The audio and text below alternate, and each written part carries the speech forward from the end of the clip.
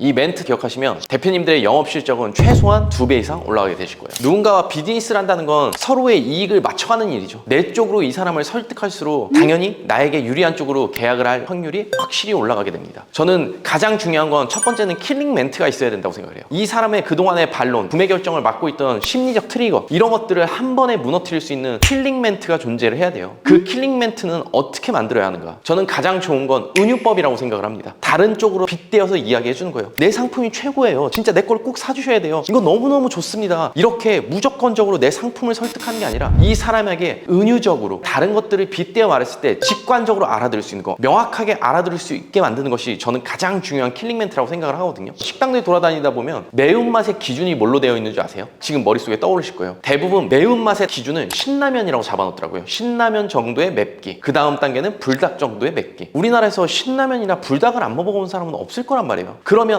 이 맵기는 이 정도구나, 이걸 명확하게 이해를 할 수가 있어요. 고객이 판매자에게 물어봤을 때 사람마다 느끼는 거에 따라서 매울 수도 있고요, 안 매울 수도 있고요, 먹었을 때 좀 얼얼한? 이렇게 얘기를 하면 서로가 얼마나 이 대화가 복잡해지겠어요. 그런데 우리는 비즈니스를 하면서 지금 이런 방식으로 대화를 하고 있습니다. 소비는 즐거워야 한다고 생각을 합니다. 우리가 백화점 가서 쇼핑을 하면서 고통스러워 막 이러진 않는단 말이에요. 근데 대다수의 영업하시는 분들은 고객의 소비를 굉장히 머리 아프고 복잡하게 만들고 있어요. 제가 휴대폰을 팔 때 CPU가 뭐 2개니 4개니 여기에 따라서 성능이 엄청 강조될 때예요. 다른 판매사원들을 보면 이거는요 CPU가 4개 있고요, 기가는 몇 기가고요, 굉장히 복잡한 이야기들을 한단 말이에요. 그러면 사람들은 알아듣기가 힘들어요. 저는 그게 아니라 휴대폰을 팔 때 딱 이렇게 얘기했습니다. 대표님, 요거는 아반떼고요, 요거는 벤츠예요. 월에 2만 원 차이 납니다. 그럼 아반떼 타실래요, 벤츠 타실래요? 저는 아반떼요. 이렇게 말하는 사람이 없단 말이에요. 그래도 내가 돈을 좀 더 보태서 좋은 거를 해야겠구나, 이걸 명확하게 사람들이 인지를 한단 말이에요. 벤츠라는 어떤 부의 상징, 고급 제품의 상징이죠. 이 이야기를 들었을 때 뭐야, 벤츠가 뭐야, 나 도저히 못 알아듣겠는데? 이렇게 생각하는 사람은 절대로 없을 테니까요.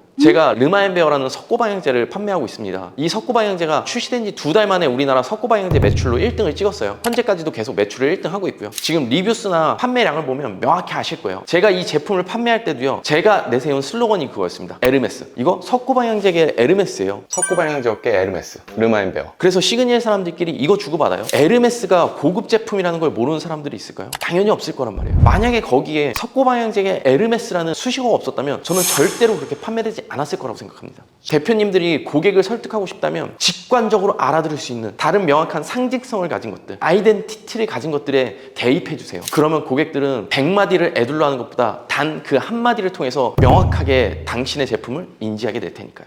그리고 두 번째는요, 거부할 수 없는 명분을 만들어라입니다. 고객들이요, 내 제품에 대해서 거부할 수 없는 명확한 명분이 있어야 돼요. 이런 말이 있더라고요. 인간은 B와 D 사이에 C로 살아간다. 매 순간마다 선택을 하면서 살아간다는 거죠. 그러면 고객들은요, 수많은 동종 제품과 나를 비교하면서 어떤 것이 합리적인 소비일까, 이것을 선택을 하게 돼 있단 말이에요. 그러면 고객들에게 내 제품을 왜 거부할 수 없는지 이 명확한 명분을 만들어줘야 된다는 거예요. 우리는요, 하루에도 수십 가지의 선택을 합니다. 그런데 그때 선택마다 이성적으로 생각을 할까요? 아니에요. 휴리스틱이라는 단어가 있습니다. 거부할 수 없는 명분, 바로 상식이라는 거예요. 제가 아침에 출근을 하면서 오늘은 자차로 가는 게 빠를까, 택시가 빠를까, 지하철이 빠를까, 아니면 버스가 빠를까, 아니 이거는 비용은 이 정도인데 비용 대비 효과는 이 정도인데 그러면 이게 가장 베스트 초이스겠다, 이렇게 선택하면서 출근을 하지 않는다는 거예요. 저는 오늘 아침에 그냥 당연하게 지하철을 타고 출근을 했습니다. 매일 해왔던 판단이니까. 우리는 모든 선택에 엄청난 이성적인 생각을 하지 않는다는 거예요. 이 말을 모르시는 분들은 없을 거예요. 고객은 감정적인 이유로 구매를 결정하고 합리적인 이성적인 이유를 갖다 붙인다. 그런데요, 비즈니스를 하는 사람들이 고객을 차가운 이성으로 밀어붙이려고 해요. 이게 이렇게 좋으니까, 내 제품은 이런 성능이 있으니까, 내 제품은 이 정도의 가성비가 있으니까 이건 정말 좋은 거예요 하면서 차갑게 이걸 밀어붙인다는 거예요.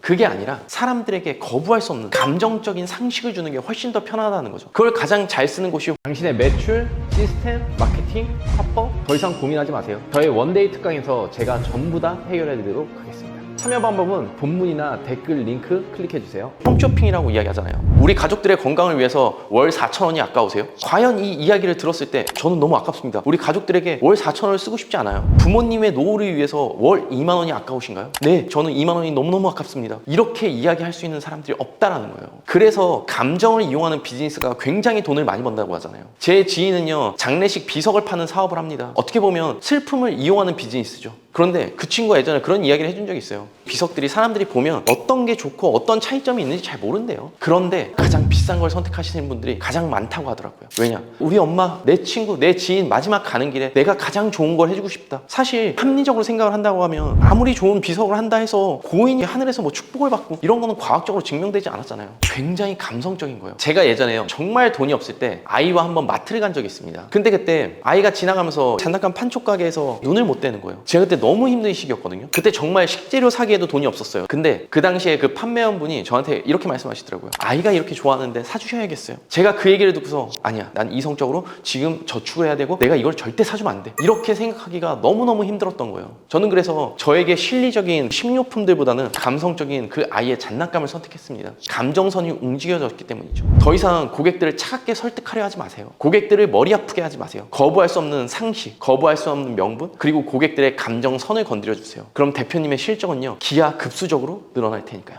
자, 그리고 세 번째는 스토리텔러가 되어라입니다. 비즈니스를 하는 사람들은 재밌는 이야기꾼이 되어줘야 됩니다. 우리가 파는 대다수의 제품은요, 정말로 많은 경쟁 상대들을 갖고 있습니다. 그러면 내 고객들에게 이 이야기를 재밌게 들려줘야 돼요. 고객한테 당연이라는 게 있을까요? 저도 영업을 하는 입장에서 내가 이 사람을 위해서 뭔가를 하고 이 사람을 위해서 뭔가를 줬고 정보든 선물이든 이 사람을 위해서 뭔가 했단 말이에요. 근데 고객이 감사합니다. 근데 뭐 별거 아닌데요, 당연한 건데요. 저는 이렇게 이야기하는 걸 굉장히 안 좋아해요. 그거는 자신의 가치를 깎아먹는 일이라고 생각을 합니다. 고객한테 맛있는 음식을 대접하기 위해서 식당을 데리고 갔어. 근데 고객이 너무 맛있대. 뭐 맛있게 드시니까 다행이네요. 그냥 이렇게 말하는 게 좋을까요? 제가 그래도 고객님 이 음식 대접하고 싶어서 진짜 많이 검색했고요. 여기가 대통령이 오는 집입니다. 미쉐링을 받은 집입니다. 여기가 웨이팅이 없이 못 들어갑니다. 이런 식의 스토리텔링을 갖다 붙이는 게 좋을까요? 당연히 후자라는 것들을 알고 있으실 거예요. 근데 많은 사람들이 겸손이란 이름 하에 내가 줬던 걸 아무렇지 않게 그냥 아무런 스토리도 풀지 않고 별거 아닙니다, 항상 이런 식으로 자신의 가치를 깎아먹는다는 거예요. 저 이게 너무너무 안타깝더라고요. 이런 식으로 스토리텔링을 조금만 더 넣어주면 저는 이 사람들의 감정선을 쉽게 터치할 수가 있는 거예요. 감정선을 쉽게 터치하면 할수록 구매의 확률이 높아진다는 걸 모르시는 분들은 없을 거예요. 근데 대다수의 분들이 스토리텔링을 하지 않아요. 단순히 제품에 대한 이야기만 합니다.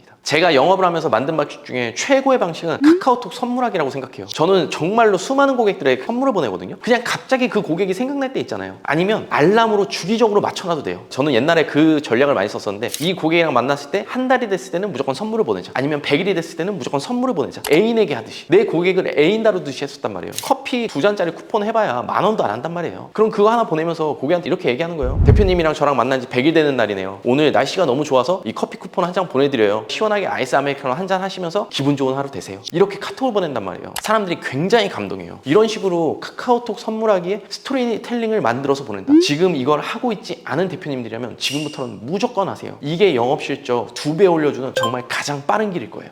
네 번째는요, 센스입니다. 센스는요, 저는 타고 태어나는 게 가장 크다고 생각해요. 하지만 연습을 통해서 충분히 길러질 수 있습니다. 제가 정말 작은 센스로 큰 계약을 맺게 된 것 중에 하나가, 비즈니스를 하는 친구와 같이 커피숍에 간 적이 있어요. 그때 제가 마침 어떤 전화가 와서 나 아메리카노 먹을게, 시켜놔줘 하고 저는 밖에서 통화를 하고 들어갔단 말이에요. 커피를 먹자마자 내 스타일인 거예요. 저는 아메리카노에 설탕 시럽을 항상 넣어 먹거든요. 그 친구가 매번 시럽 넣으시더라고요. 그래서 시럽 한번 넣어달라고 했어요. 그 얘기를 하는데 감동의 물결이 밀려오더라고요. 와, 이렇게 센스 있는 친구였구나. 그러면 난 이 친구랑 믿고 해봐도 되겠다. 누가 나에게 관심을 가져주고, 이 관심이 나쁜 관심이 아니라 좋은 관심과 호의를 베풀어준다면 그걸 싫어하는 사람이 존재할까요? 저는 단 한 명도 존재하지 않을 거라고 생각합니다. 내가 비즈니스맨이라면 다음부터는 남들이 뭔가를 먹을 때 그 사람의 취향을 기억하고 있는 거죠. 그러면 그 사람들이 감동이 받으니까요. 이처럼 센스라는 건요, 정말로 돈이 들지 않는데도, 아니면 적은 비용이 드는데도 그 사람의 마음을 감동시키기가 어마어마한 거예요. 이런 사례도 있어요. 항상 저한테는 수많은 결제 서류가 올라옵니다. 근데 그 결제 서류에 포스트잇으로 대장님 항상 결제 많으셔서 힘드시죠? 오늘 하루도 파이팅 해주세요. 감사합니다. 그 쪽지 하나 써놨는데 제가 어떻게 그 직원을 미워할 수 있겠냐고요. 제가 센스는 연습하는 거라고 했잖아요. 그래서 다양한 사람들을 만나고 기억하고 연습해야 돼요. 지금은 골프를 치지 않지만 예전에 골프를 칠 때 처음 만난 사업가가 골프공에 제 사진, 저의 명언, 노력은 설명하는 것이 아니라 증명하는 것이다, 이걸로 골프공을 딱 만들어 오셨더라고요. 그거 주시면서 대장님 오늘은 이걸로 골프 치세요. 그리고 대장님의 좋은 기운 많이 이 골프장에 뿌려주고 가세요. 어떻게 감동 안 받을 수 있겠어요? 그 센스로 인해서 지금도 친한 사이로 지내고 있습니다. 작은 거 하나가 이렇게 사람을 감동시키는 거거든요. 그것들이 쌓여서 어마어마한 성장이 됩니다. 센스를 만들어내세요. 센스를 연습하시고 찾아내시고 기억하세요. 그러면 당신의 실적은 올라갑니다. 아직도 안대장TV를 구독하지 않고 계신 분들이라면 구독 버튼 잊지 마시고요. 우리들의 더 나은 삶을 위해서 다른 영상들도 꼭 시청하시길 바라요.